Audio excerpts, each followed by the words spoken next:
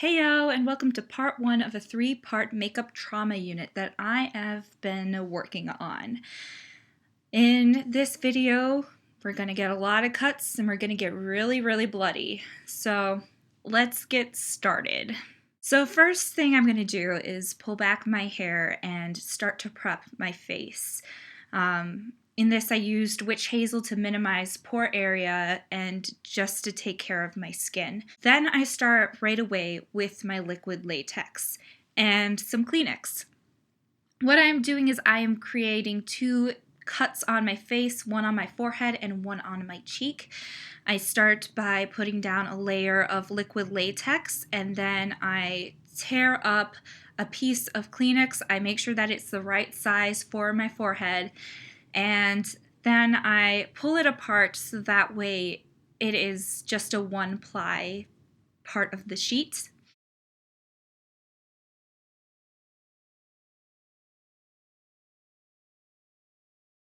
Then I apply that on top of the still wet liquid latex, and then I take even more liquid latex and I put that on top of the Kleenex. We want the Kleenex to be completely saturated. And then what you want to do is to let it dry down completely. After that, I repeated this process 2 more times, creating a total of 3 layers of liquid latex on both my forehead and on my cheek in order to create this cut. Then the next thing I did was I grabbed a pair of tweezers and I started to pull at the liquid latex and Kleenex. What I want to do basically is separate the latex and Kleenex layer from my skin, as well as poke a hole in it so that way I can actually get inside and start manipulating it. After I get the hole, I take my tweezers and I kind of start to push it underneath in between my skin and the latex to separate the 2 layers. This looks really painful, but it actually isn't. And then what I do is I grab a pair of scissors and I create the cut using the scissors. Now, when you insert the scissors, it should be in between your skin and the liquid latex. You are not actually cutting your skin. You also want to take the tip of the scissors and point it away from your skin so that way you don't accidentally cut yourself. You will be using this process for all of the cuts that we are going to be doing in this tutorial. After that, I'm taking my tweezers and I'm going back to the cuts. Because I use scissors, the edge of the cuts are very straight, which is not very natural looking. If you want your cuts to look more natural, you're going to have to make the edges jagged, either by continuing to cut but in a very wibbly wobbly pattern, or do what I did and you can take tweezers and you can start pulling at the latex and Kleenex layer to kind of deform the edges of the cut. And then what I do is take an eyeshadow brush and I just dip it into some powder and I powder the inside and the outside of the latex cuts. The reason why I'm doing that is because latex is actually very sticky and it will stick to itself. It can easily get all wonky looking if you do not powder it after you have it the way that you want it to look. Then what I'm doing is I'm just grabbing my regular foundation. I'm using a Ben Nye Theater foundation for this that matches my skin tone. You can use any foundation that you want. The more opaque, the easier it is to get the cut to blend into your skin. And I am applying it on the liquid latex. I'm mainly just dabbing it with a makeup sponge, trying to get that color onto the latex so that way it blends in more with my skin and it doesn't look as white as it does with the Kleenex layered in there. And I'm taking my foundation and I'm applying it all over my face, not just onto the liquid latex. And I also took the foundation and I blended it down my neck. And then I'm going in with the contour and a highlight colors to contour and highlight my faces like you normally would. So putting the contour under the cheeks and on the temples and on the sides of the nose, highlighting the tops of the cheeks, the forehead, the chin, and also the top of the nose. Basically, I'm doing my makeup how I would do it if I did not have cuts on my face. Then I took a foundation that is actually a color that's darker than my natural foundation, and it's also a lot more pink.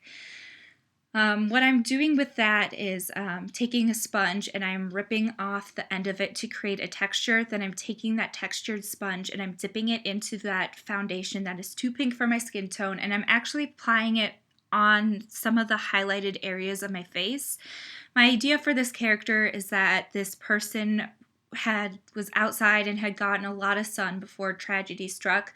So I wanted the skin to reflect the fact that it had gotten some sun. So I'm putting it on top of the cheeks and again on that temple area. If you put it in the temples, it will really look like you have sun. I'm also putting it onto my neck and on my collarbones. I also highlighted and contoured my neck and my collarbones as well to just kind of make them stand out a little bit.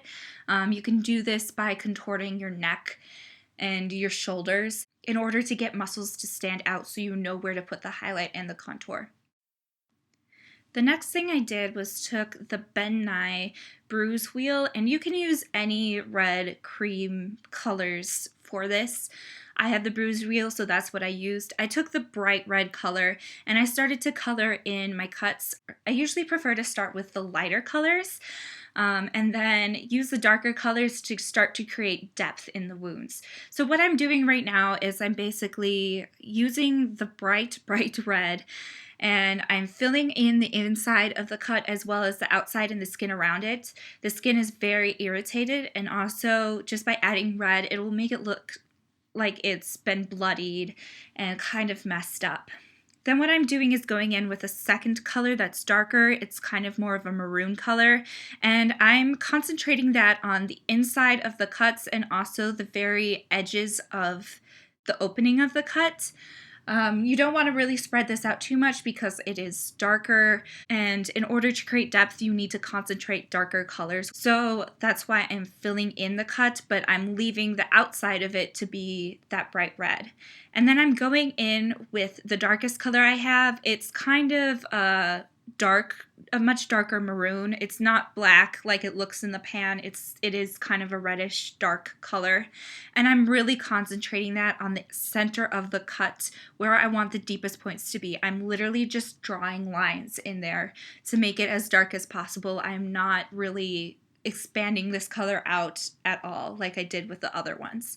And this is going to create a really nice depth to these cuts and make them seem a lot deeper than what they actually are. Because I already had these really small little scars, I decided to just take advantage of that and kind of just draw on top of them. So I took the bright red and I just drew where those scars were. And then I took the more plummy maroon color, the one that's in the middle, and went over that as well to make them a little darker. So that way I have a few little light scratches in addition to the deeper cuts.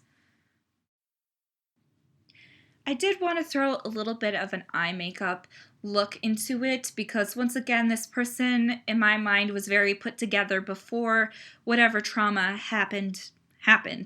So I basically wanted to just keep a very natural eye look. I primed my eyes. That's just all brown colors. I just used neutral colors. I took the medium color and I just applied it all over my lid, and then I took the dark brown and applied it in my outer corners and just blended. And then I applied mascara to my eyelashes. Nothing too fancy, nothing too over the top. The eyes are obviously not the center of the look. It's the cuts and it's the bruises and the scrapes.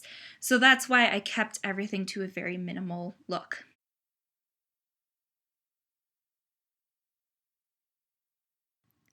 So the whole process that I use to create the cuts on my face, I'm doing the exact same thing but on my arm.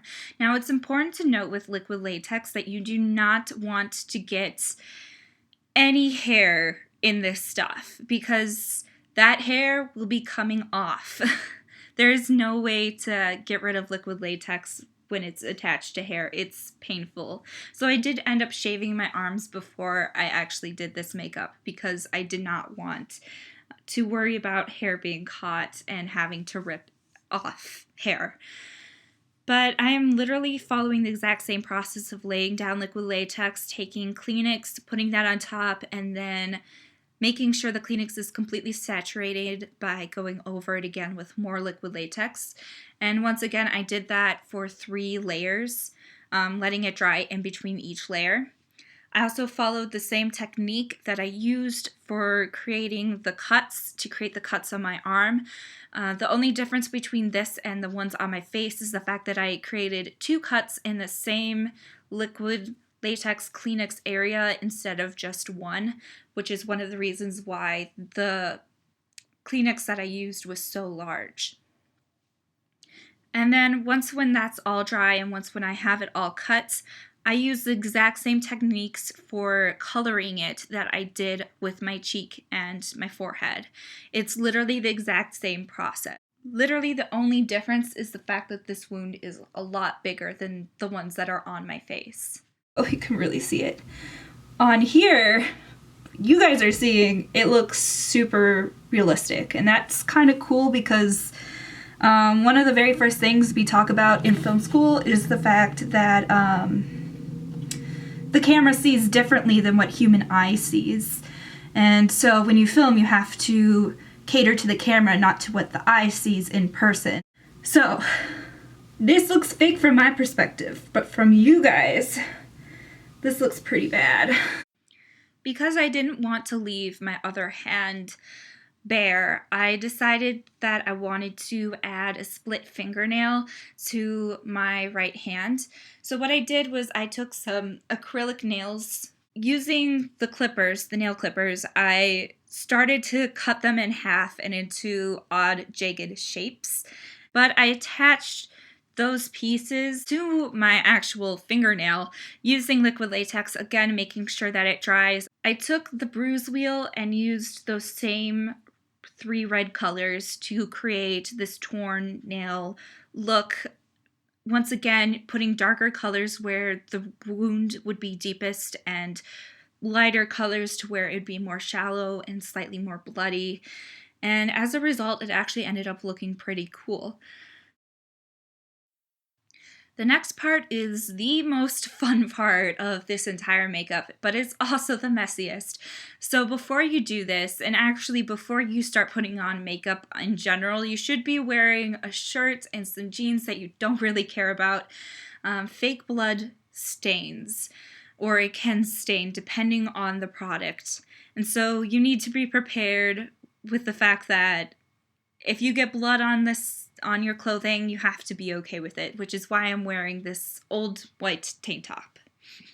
So I used a total of 3 different types of fake blood in order to create this look.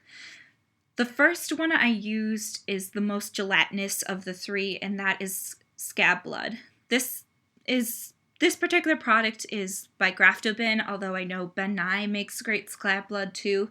The cool thing about scab blood is that it has this jelly-like consistency, and it looks like blood that has started to congeal and to clot.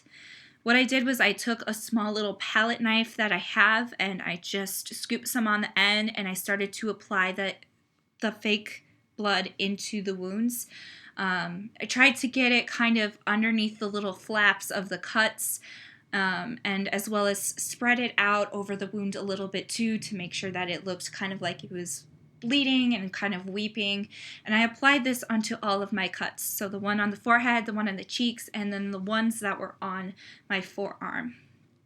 After that, I took a more liquid fake blood and I started to add that to the wound as well. I wanted to create something that with a little bit more of a drip, to make it look like I had been bleeding before everything started to clot and all of that goodness. So I did apply some of it to my forehead and to my cheek wound, but most of it I put in my arm wound. That is the biggest wound, and that's the one that would bleed the most. I also tried to make it look like it had dripped down my arm. I also applied some of this fake blood to the little cuts and scrapes I had on my face as well to give myself a bit of a bloody nose. You do see me with a paper towel kind of wiping off some of it. The reason why is because I wanted it to make it look like it had smeared, like this character had acknowledged the fact that they were bleeding and tried to wipe it away with their own hand in order to kind of stop it from continuously dripping. The very last blood I used is called a magic blood. It's created by Graftobin. A little bit of it goes a long way, and it gives this really dramatic look. What it is this fake blood, but it's in powder form, and it's water activated. So what you do is you take a brush, and I used a fan brush for my instance, and you apply it to wherever you want it to be bloody. And I applied it to my face. I also applied it to my neck, and I applied it to my forearm that did not have the cut on it. Basically, I wanted it to look like I had been splattered with somebody else's blood in addition to the fact that I was bleeding. So I went all out crazy with this.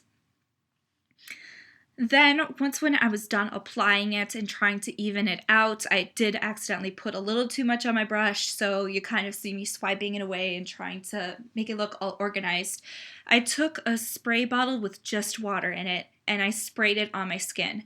Now, the thing that you have to be careful about with this stuff is that it's really easy to oversaturate it, and as a result, you will get it to be very drippy and very leaky down your skin. You'll get drops of this blood like running down your skin, and generally that's the look you're going for, but I always try to start very light and then add more as I go, because it's easier to add more than to take away. So I hold the spray bottle back a distance and I spray it, and when I want more of the effect, I add more water to it to create that whole bloody running mess. And that's about it. That's how I created my bloody look. This is how I spent my Friday night, transforming into a slasher victim. So if you enjoyed this video, please stay tuned. Part 2 and Part 3 will be coming soon. Thanks, bye.